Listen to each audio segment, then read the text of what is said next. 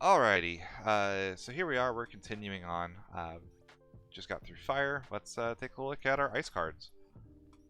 First things first, we have Waltrill. At the end of each of your turns, gain a crystal. I see a lot of people that are like really excited about like this. I feel like after a certain point with crystals, you just don't really care about getting more of them.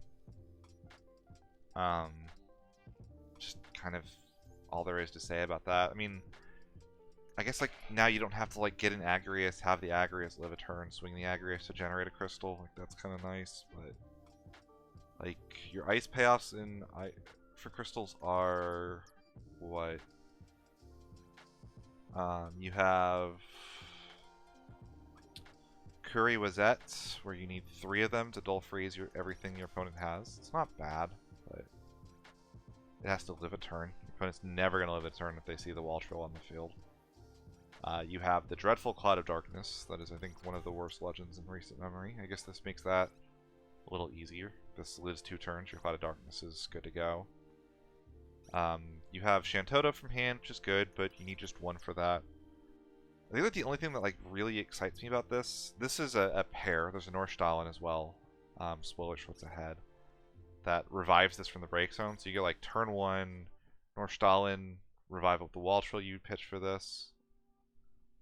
Then like turn 2, pitch a fire card, play a soul, cheat in a Warrior of Light, swing in for 3 points of damage, generate another crystal. Now soul keeps your whole field alive.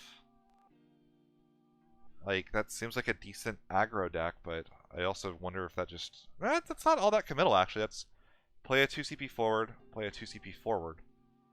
You get 4 forwards on the field. No, that's... There's maybe something to that, depending on what the best ways of getting the Soul and the Warrior of Light to hand are. I'm trying to think like, what other like really good Soul targets you could cheat in. You could go like Soul, Renoa, Renoa the Soul, Soul play another card. Really kind of wish Renoa would just get banned. I feel like that card never shows up in anything fair. But, curious now. I'm actually going to pull up FFTCG and see just like what other like really solid 4-drop forwards there are in like Fire and Ice that you'd like cheat in and be happy about from like recent sets. Cheat in a Shantoto, that wouldn't be horrible. Cheat in a Setzer, make your opponent discard, maybe draw a card. That's not bad.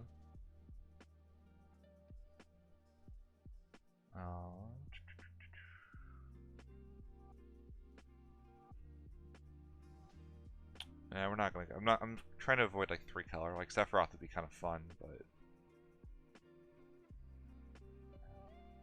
yeah, Shantoto's still good. Squall's not horrible, but you're actually gonna have a hand for this, so Squall's not great even. I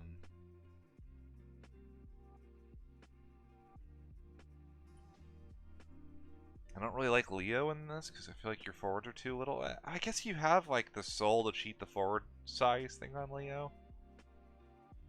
Lock your opponent out of summons, that could be okay.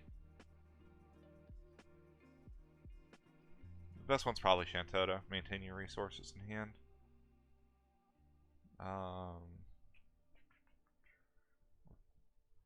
Celtius, but there's no cards in a break zone at this point, so that's not any good. Sid Randell, that's a good one. Lock your opponent out of being able to like tighten the board and clear you that way. Ooh, that's interesting. Yeah. Waltrill, Nordstalin, then play a Soul cheat into Sid Randell on turn 2. Game might just be over with that.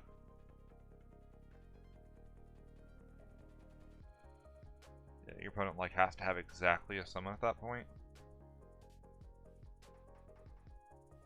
So yeah, I don't think like the infinite crystal thing is as good as just a very, very cheap body that your opponent kind of just doesn't care to deal with, and then just eventually it'll die to existing in the same board state as another Final Fantasy TCG card.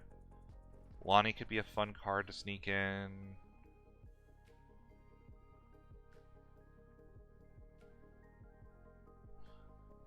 You could even go back to the Remnant package, play like Dodge, and just try to get a bunch of forwards in. Interesting. Yeah, interesting. There's definitely potential for like a fire ice aggro deck that just does not play backups. Like at all. You just go, yeah, try to aim for Northstall and Waltrill. You'd have to draw both. There's not really a great searcher for these cards outside of, yeah. Vincent. When Vincent enters the field, choose their backups, freeze them. This card is good based solely on the name Vincent and having a decent effect. You'll still see some Ice Lightning lists play one copy of the old Hero Vincent from Opus 16 as just like, if you've already got your Kate Sith, you can get something useful other than just CP in hand. This is, I think, just better than that card in every way, so I would play it over it. Kind of pretty simple, just kind of does what it says on the tin, but in an aggressive deck like that, being able to attack 3 backups and lock your opponent out of CP for a turn.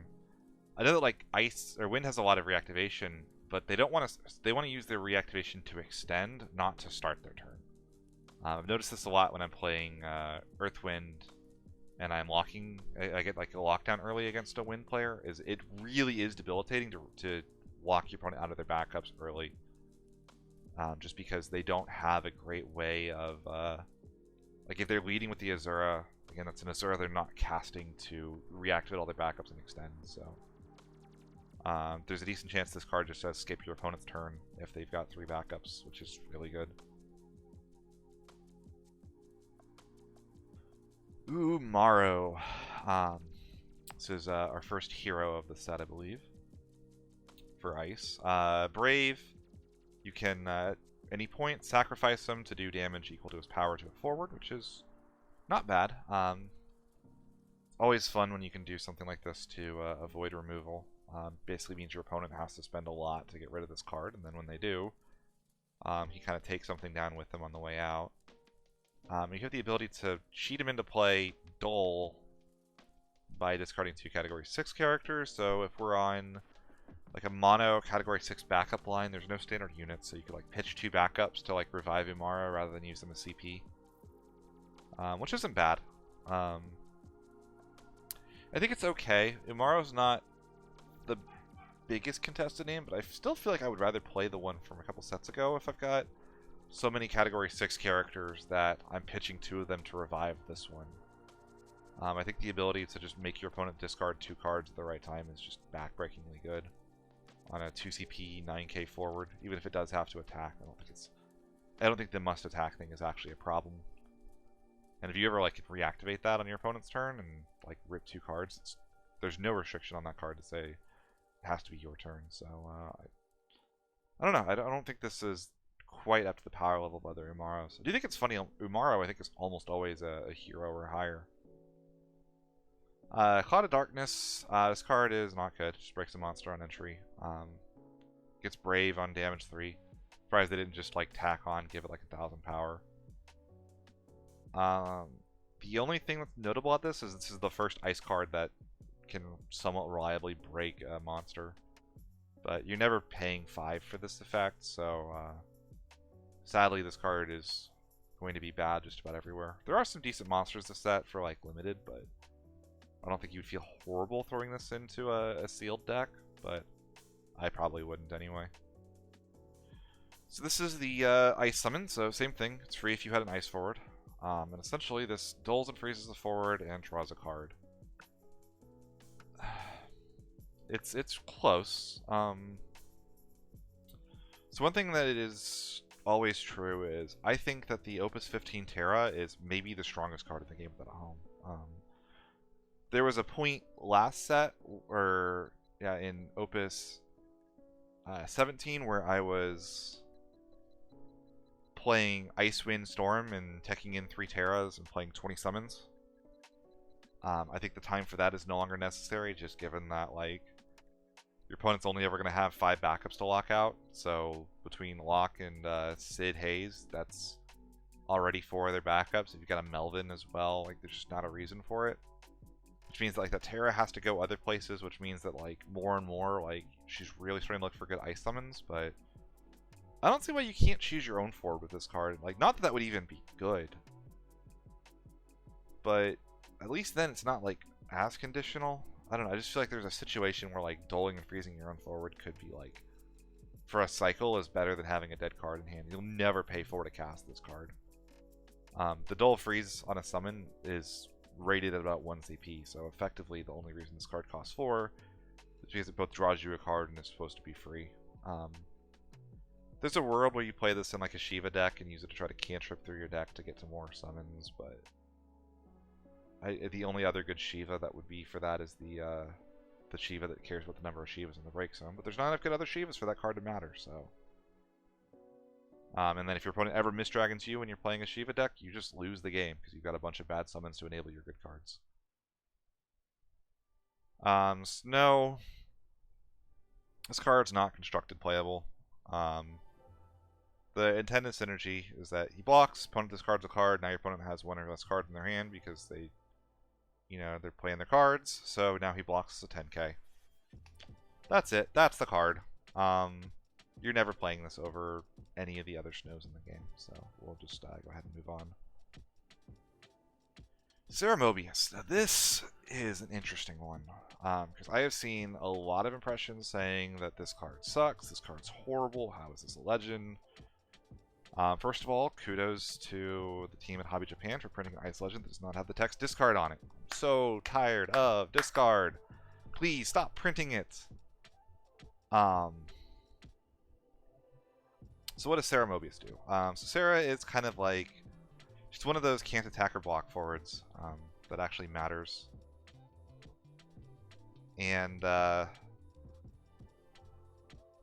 she has the ability to give a forward 2000 power, which includes herself, which is really cool. She can dull 2 forwards, so if you're making a nice little lethal push, or I think more likely if you're trying to stop on attack triggers. I was going to say Furion, but it's not a good example because your opponent can technically reactivate the Furion if they want to, but something like a Squall, for instance, would be just absolutely devastated by this card existing.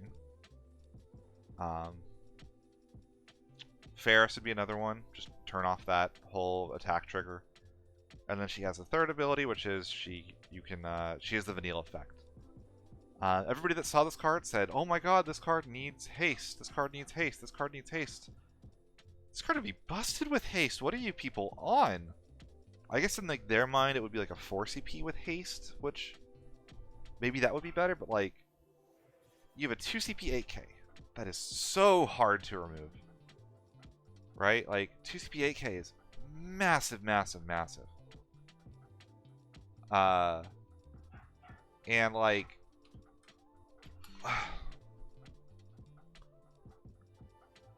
so it's annoying because you have to play this card turn 1. This card is as turn 1 dependent as Theodore is. Like you need 3 Azael, 3 Sarah Mobius, and you really need to see this card. And even then, it has a little bit of the Theodore effect, where if your opponent sees this, they can play every card in their hand that has an auto ability, and just say like, well, I'm not going to pay the tax on it. But if your opponent is intentionally emptying their hand to stop Sarah Mobius from taxing them, she's kind of done her job at that point. She's a 2 CP forward that still has relevant action abilities in text, right? I think that like there's really interesting stuff you could do with this card with like the Rosa starter where you reactivate her and now your opponent has to pay 4 to get any effect through. Like think of like a mono win player. What are they going to do if you slap this down turn 1 against them? They're not going to not play their Fat Chocobo, but now that Fat Chocobo costs 7 to get 3 backups onto the field. They can't Dryad this off the field. If they do Dryad this off, try to Dryad it when they get 4 backups, you tap her, she's a 10k now, she doesn't die to it. I also think there's like potential for like the Princess Sarah from Rebellion's Call. The choose 2 forwards, dull them. You could use that to choose your own Princess Sarah and draw a card every turn. I don't think that sounds bad as like a weird little enchantment forward deck. I don't know. I think that this text is strong enough. And I've seen turn 1 Vanille be just so game-warpingly powerful that even turn 2 Vanille that is easier to play and less conditional has to be a good card, right? I guess time will tell. I could be totally wrong on this one, but I think this card is good. I just don't know where. Sephiroth, really easy. Kind of fun to see a Sephiroth backup. Every point of damage reduces his cost by 1, and then he breaks it all forward on entry. I think that if you do not play another Sephiroth and you're in Ice, throw one of this in your deck. Why not? There's just not going to be a better option for that last kind of your 5th backup. There's a little bit of an awkwardness where like he probably needs to be like a late backup for you, but this is such efficient removal at that. Like even starting at like damage 2, breaking a Dole forward for 4 is probably fine. Back attack is probably the strongest keyword in the game. I think this will see play somewhere. This is another one of the Dream Stooges. So this one is when a Dream Stooge you control goes from the field to the break zone, your opponent discards. This should include himself, I believe. And then if you have all 3 of them, you can just continuously Dull Freeze forwards, which is going to be really obnoxious because that is both players' turns. So, and I don't think it's that hard to assemble given that Laragorn plays them all onto the field. So you kind of can play Laragorn, get 2 forwards, and one of them dies, your opponent discards. It's kind of like a power creep version of the Remnant package with like Kadaj, Laz, and Yazoo at that point, with the downside of being in a 3rd color.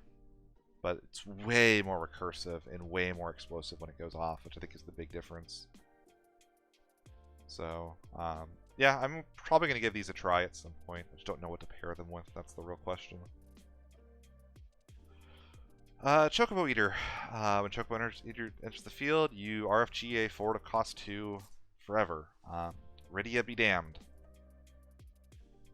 I mean, that's the real obvious target is Rydia or the twins. Removing a Firion is probably nice, although I kind of have always seen Firion with it. If Firion draws you a card, it's like already done his job. It's kind of why I've had friends like, oh, well, Firion dies to Brynhildr, and it's like, yeah, but that Firion already drew you a card at that point. Your opponent didn't block him. The Brynhildr didn't hit a more valuable forward.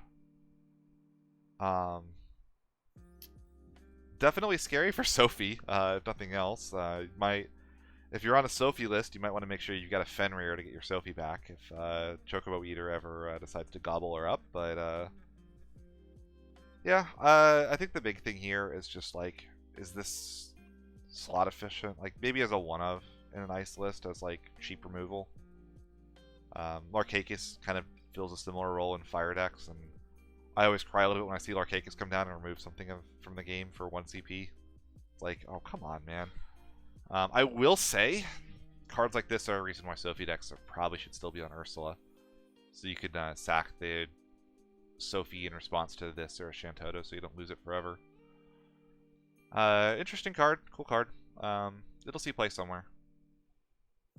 Terra. Really unfortunate name. Really good card. EX Burst 4 CP backup. Choose a summon in your breakstone, add it to your hand. Don't mind if I do. I love pseudo 2 CP backups. I love pseudo 2 CP EX backups. And the fact this one is also modal and can just kill an 8k out of nowhere. If it's more efficient for her to be a Shiva that kills a forward, she's that. If not, she just gets back a summon. Yeah, good card. Biggest thing is going to be name clash. A lot of the time, you're going to see ice in like a fire ice list, and in that the forward is repeatable, which is really good. But I think it's like a one of in like an ice wind list. This seems like it's probably as good as any other ice backup you'd want to play for ice wind. So could totally see it seeing play there. Tono. This is our Ice Agito Cadet, which is cool. Gives us another element to pair with our Agito Cadet. So you can now go Kalia Cheval into Tono to color fix for your Ice Lightning. I think Restrictor, Weiss, and I mean, Reeve Kate Sith is going nowhere. Reeve Kate Sith is crazy, but if for some reason you want like a smaller package than like Restrictor, Weiss, Narrow, Kalia Cheval Tono would get you the same basic effect. But When she enters the field, you freeze a forward. That's fine. It's a little conditional, but you don't really care that much about the text on a searchable backup. And then you can dull her and break her to make your opponent discard a card, which actually is really good for aggressive Ice Lightning. A lot of times you'll know your opponent's trying to hold their removal for you. So paying 1 CP to try to like cut off an Amaterasu or something like that is not bad, especially if you have like a Biblos on field now that like this becomes like your opponent discards a card, dull freeze a forward, and your opponent might not be able to Amaterasu you anymore. Seems pretty decent. She'll see play. Here's the Norstalin. So she is recursion for category Crystal Chronicles forwards, or she plays the Wall Trill for free. So first of all, this is the worst possible name you could ever give a card in the game, other than Sarah. I think it's pretty. Norstalin is maybe the best backup in the game. I think I would probably put Sarah over Norstalin, but so you have a name clash there that's really, really, really bad. So this is never going to play in Wind. Don't even think about it. So the question there is, what do we do with this? So I kind of talked a little bit earlier. I think you go like Norstalin, Wall Trill into Soul. I think like Fire Ice aggro is a really natural home for a card like this. I don't really think there's any other Crystal Chronicles forwards I care about, are there? Like, especially not for just recursion. Mira's good. Getting back a Mira and like an Ice Earth list is okay, I guess. Let's see. Crystal Chronicles forwards. I'm gonna do a quick FFTCG search. Larcacus isn't bad. So maybe in like Ice Earth, this is a way of getting more usage out of your. You could run like a Larcacus and a Mira and use this to toolbox into them, depending on what the situation is. I don't love that, but we're not getting like Jegrin with this. There's not a whale we'd really want. Yuri. Kuchaspel in a discard list? Leo is interesting. You can get a Leo if you could make a water ice Leo deck work. So maybe that first effect is better than I'm giving it credit for. I kind of always associate Crystal Chronicles forward with just like bad standard units, but there's enough going on here that like maybe that's relevant, but it really is just like cheap forward into cheap forward. Flan. So Flan is a 1 CP monster that floats into other copies of himself when he dies and can become a forward once per turn with 3,000 power. I think that like you could consider going for like the Flan Searcher and just. So if you haven't played a lot against Mono Water, I don't know like who wouldn't if you played last set, but there's I call it the Congo line, where you stack blue worms. Every time you draw a blue worm, you play a blue worm.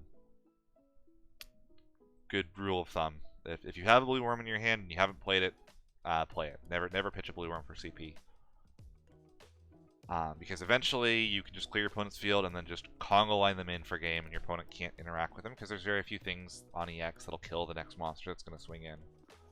And this Flan can do a reasonable impression of that, and you can search them all out of the deck with the Flan Searcher. The thing is that this is missing a lot of utility that the Blue Worm has. I think the Blue Worm is also really good because if you're not Congo lining them in at the end of the game, they're really good emergency blockers. They're above curve, your opponent doesn't want to deal with them, they're hard to kill, and if your opponent does try to go for lethal, you can just kind of animate them one at a time and like trade your endgame Congo line for the ability to live another day, essentially. And this Flan can't do that, which I think is the big thing, is that it's a 1 CP monster that can't be a blocker. It can only play aggressively. And I don't think that that's enough at the moment, so. Uke.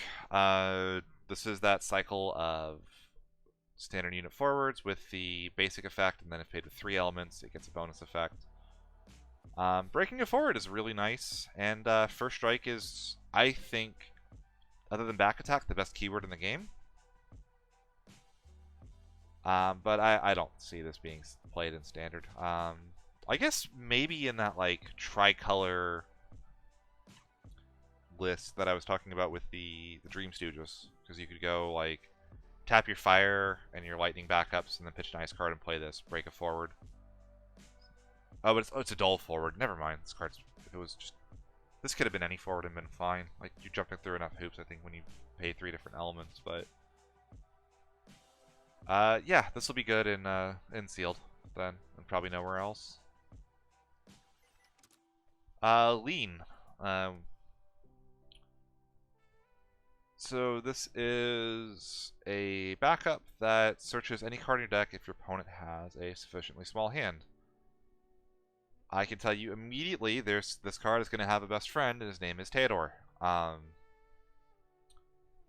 It is impossible to keep more than one card in hand if your opponent Theodored you last turn. So as long as you can resolve a Theodore, Lean will come in and search any card in your deck. So I think like the dream here is what you go like turn 1 Azale, search Theodore, warp Theodore. Turn 2 you Vayne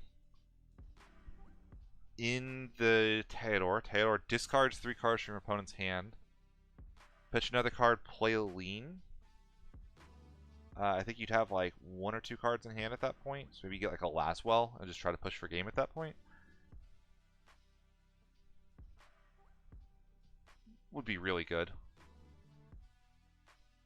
I think the hardest thing about this card is that it is a backup that you can't play early for full effect. I think you have to have things already going for you before you do. So I really think this has to be paired with Theodore to be a playable card. Numo. Part of that cycle of backups. I think all of these are good. 2 CP, make your opponent discard a card. Damage 3 is very easily achievable. And then tap and break to dull freeze a character. Essentially, you get to trade one of your backups permanently to lock out something of your opponent's for the turn. I think all of these are... I like these better than any standard unit backups we've seen in a long time. Probably since the bounce ones. I wasn't a huge fan of the cycle last set that was like the 1 CP tap to play the next one. Just kind of always felt like there were better cards to play on that slot. But I feel like the action abilities on these, the multiplayableness of them, just kind of gives just enough creatives where I could see these in a deck that I would build. And that's the ice set. So, yeah. I'll see you all in the next one for the win.